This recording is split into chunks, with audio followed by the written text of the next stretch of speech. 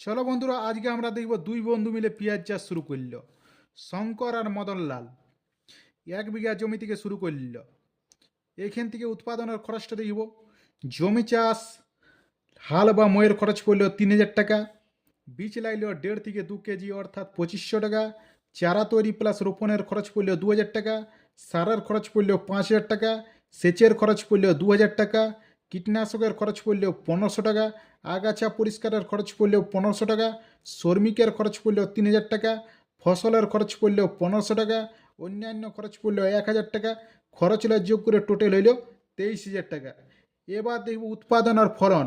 গড় ফলন 8 থেকে 10 টন প্রতি বিঘাতে হয়ে থাকে, অর্থাৎ 8,000 কেজি থেকে 10,000 কেজি প্রতি বিঘাতে হয়ে আছে। তাহলে এখান থেকে ধরা হইল 9,000 কেজি পেঁয়াজ হয়ে আছে। এখান থেকে আয় বার করিব। বাজার দর গড় অর্থাৎ 25 টাকা প্রতি কেজি বিক্রি হয়ে থাকে।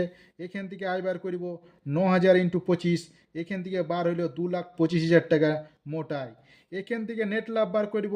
তাহলে আমাদের আয় হয়ে আছে 2,25,000 টাকা। এখান থেকে খরচ বাদ দেবো 23,000 টাকা।